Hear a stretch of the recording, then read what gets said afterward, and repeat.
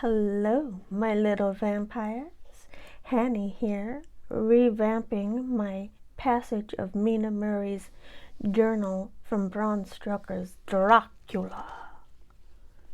6th August. Another 3 days and no news. The suspense is getting dreadful. If only I knew where to write to, or where to go to, I should feel easier. But no one has heard a word from Jonathan since his last letter. I must only pray to God for patience. Lucy is more excitable than ever, but is otherwise well. Last night was very threatening, and the fishermen say that we are in for a storm. I must try to watch it and learn the weather signs. Today is a gray day, and the sun, as I write, is hidden in the thick clouds, high over Candlemas. Everything is gray, except the green grass, which seems like emeralds amongst it.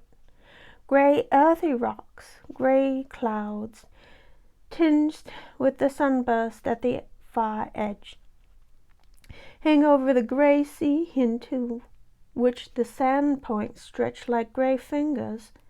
The sea is tumbling in over the shadows, and the shadowy flats with a roar, muffled in the sea mist drifting inland. The horizon is lost in a gray mist, all is vastness.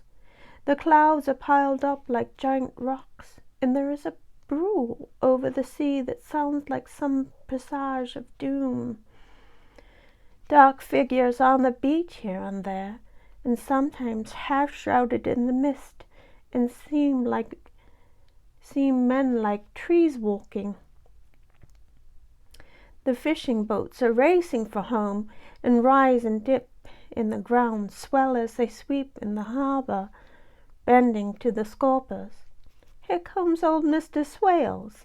He is making straight for me, and I can see by the way he lifts his hat that he wants to talk. 17 August. No diary for 2 whole days. I have not had the heart to write. Some sort of shadowy pall seems to be coming over our happiness. No news from Jonathan, and Lucy seems to be growing weaker, whilst her mother's hours are numbering to a close. I do not understand Lucy's fading away as she is doing.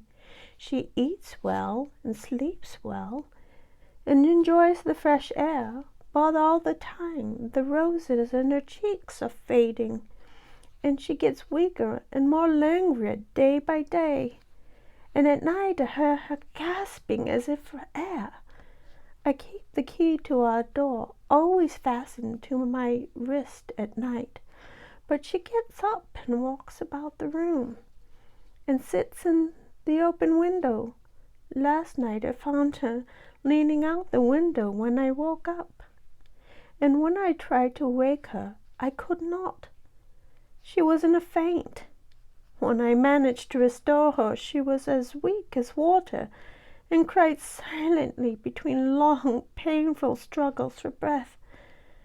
When I asked her how she came to be at the window, she shook her head and turned away. I trust her feeling ill may not be from the unlucky prick of the safety pin. I looked at her throat just now, and just now as she lay asleep, and the tiny wounds seem not to have healed. They are still open, and if anything, are larger than before, and the edges of them are faintly white. They are like little white dots with red centers. Unless they heal within a day or 2, I shall insist on the doctor seeing about them. Thank you. Have a great day.